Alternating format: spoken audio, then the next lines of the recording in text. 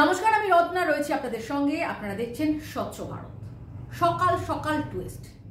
কয়লা মাফিয়া অনুপ মাঝি ওরফে লালা, তিনি সশরীরে গিয়ে আত্মসমর্পণ করলেন আসানসোলের বিশেষ সিবিআই আদালতে।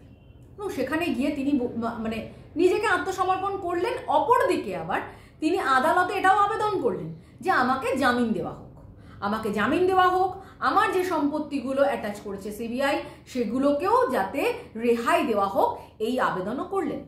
কিন্তু এই আবেদনের মধ্যে শুধুমাত্র তাকে জামিন দিয়েছে ইতিমধ্যেই সেই সিবিআই আদালত, এবং তার সঙ্গে জামিন দেওয়ার সঙ্গে এটাও বলেছে যে কয়লা নিয়ে কিন্তু তদন্ত করা যাবে, সিবিআই তদন্ত করতে পারবে তাকে গিয়ে। এবার প্রশ্ন হচ্ছে যে হঠাৎ করে কেন অনুপ মাঝি তিনি নিজে নিজে গিয়ে আত্মসমর্পণ করলেন আদালতে?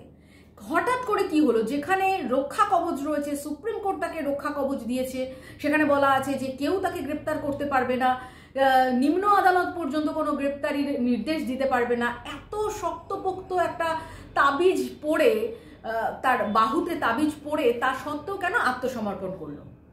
এর মধ্যে যে কারণটা সামনে আসছে সেটা হচ্ছে 21শে মে সিবিআইকে চার্জশিট জমা দেওয়ার নির্দেশ দিয়েছে সুপ্রিম কোর্ট।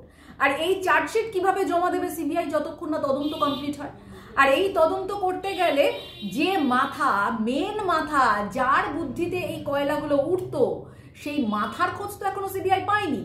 মাথার কাছে পৌঁছাতে হবে। তার জন্য এই যে লালা অর্থাৎ অনুপ মাঝি, তাকে ভালো মতন জিজ্ঞাসাবাদ করতে হবে, তাকে কিছু ধোলাই দিতে হবে। কারণ অনুপ মাঝির অলরেডি একটা কালো ডায়েরি পাওয়া গেছে, অনুপ মাঝির সম্পত্তি পাওয়া গেছে বিপুল পরিমাণ, এবং অনুপ মাঝি যে একেবারে কয়লা মাফিয়া তার একেবারে প্রমাণ রয়েছে তাদের কাছে।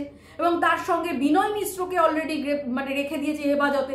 বিনয় মিশ্র আছেন একটা জায়গায়, সেখানে তাকে সুরক্ষা দিয়ে রাখা হয়েছে, কারণ এরা তো মেন সাক্ষী। এদের কথা অনুযায়ী তো মাথার কাছে পৌঁছাতে হবে। আমরা দেখেছি কিভাবে অনুব্রত মণ্ডলকে গ্রেপ্তার করলো সিবিআই।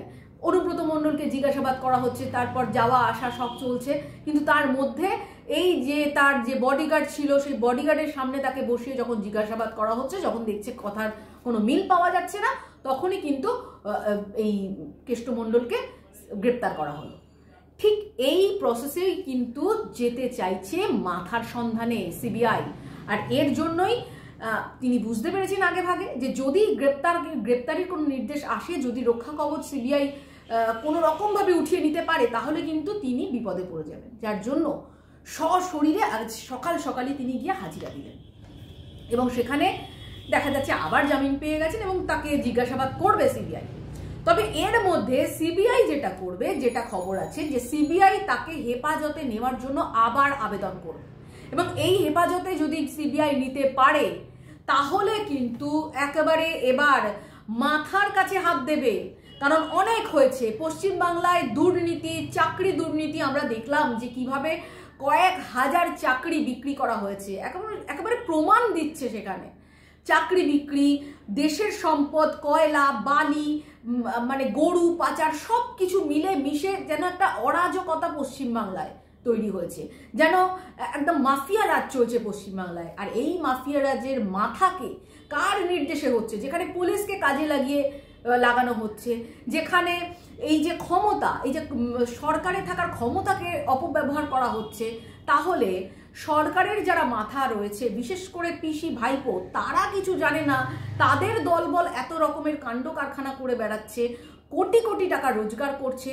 যেখানে এই লালা একটা পুরুলিয়ার হত দরিদ্র পরিবারের ছেলে, সেখানে তিনি পুরুলিয়ার বাজারে মাছ বিক্রি করতেন, তার এখন কয়েক হাজার কোটি টাকার মালিক, তিনি কয়লা মাফিয়া নামে চিহ্নিত। বলে কোথায় যাচ্ছে এই জিনিসগুলো, কারা করছে, তার তো একটা সন্ধান চালাতেই হবে। এবং আমরা যেটা সকলেই বুঝতে পারছি যে মাথাকে সবার সামনে সেটা রয়েছে।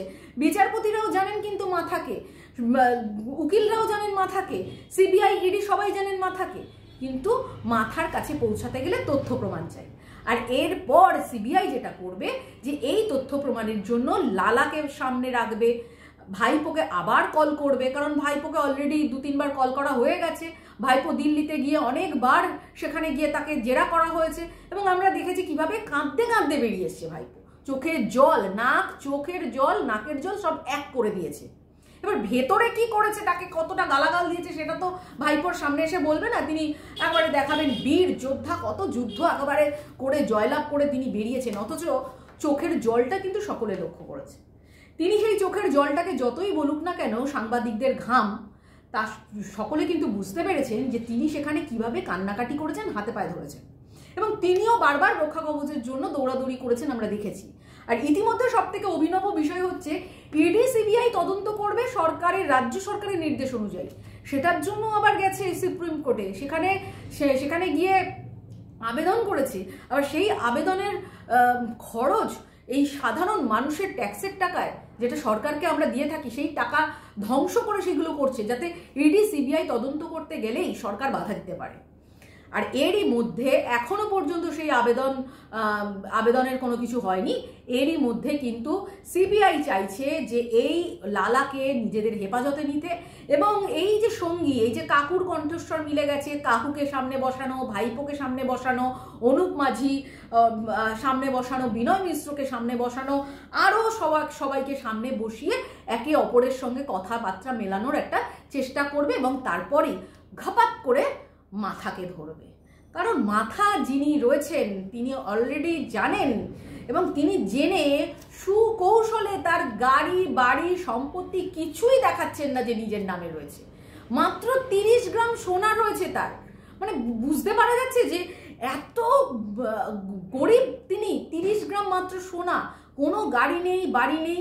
যে বাড়িতে থাকেন তিনি, আমি যার কথা বলছি তার কথা সবাই বুঝতে পারছেন, যে বাড়িতে থাকেন তিনি সেই বাড়িতে এসক্যালেটর রয়েছে, কয়েক কোটি টাকার ঝাড়বাতি রয়েছে, সেখানে গাড়ি 1 তলা থেকে 3 তলায় উঠে যায় সোজা এসক্যালেটরের মাধ্যমে, সেখানে গাড়িকে চালিয়ে নিয়ে যেতে হয় না।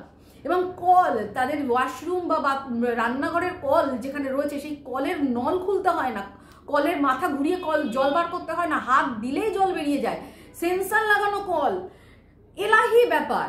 অথচ তিনি সেই কার বাড়িতে থাকেন, তার নিজের কোনো সম্পত্তি নেই, হতদরিদ্র একজন। সেই হতদরিদ্র ব্যক্তি কিন্তু এই যে মাথা, সেটা কিন্তু সকলে জানে, এবং এইভাবেই আস্তে আস্তে মাথার কাছে পৌঁছাতে চাইছে সিবিআই। এরপর সিবিআই যেটা করবে, এর সঙ্গে অ্যাটাচ করবে ইডিকে, এরপর তদন্ত ভালো মতন করে কিন্তু ঝড়ের গতিতে এগিয়ে নিয়ে যাওয়ার একটা চেষ্টা করবে। কারণ ইতিমধ্যেই যদি এই স্টেপগুলো নিত, এই ভোটের মধ্যে যদি স্টেপগুলো নিত, তাহলে সিম্প্যাথি দেখানোর কিন্তু একটা প্রক্রিয়া চলতো, যে সিম্প্যাথেটিক গ্রাউন্ড তৈরি করার চেষ্টা চলতো। আর এই জায়গায় কিন্তু সিম্প্যাথি দেখানোর কোনো রাস্তা যাতে না থাকে, তার জন্যই কিন্তু এখনো মাথার কাছে হাত দেয়নি। এটা কিন্তু বুঝতে কারোর অসুবিধা হচ্ছে না।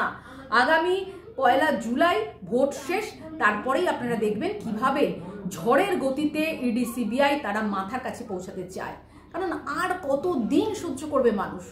এত টাকা লুট হয়েছে পশ্চিমবাংলায়, ইতিমধ্যেই 3,500 কোটি টাকা লুটের কথা প্রধানমন্ত্রী নরেন্দ্র মোদী তিনি দাঁড়িয়ে বলেছেন যে এত টাকা ইডি সিবিআই তারা কিন্তু এত টাকাকে উদ্ধার করেছে। সম্পত্তি, কোটি কোটি টাকার সম্পত্তি, এগুলো কোথা থেকে হচ্ছে? সাধারণ মানুষকে এভাবে শোষণ করে এই জীবনযাপন করা যায় না, এবং এটা বারবার প্রমাণিত হয়েছে।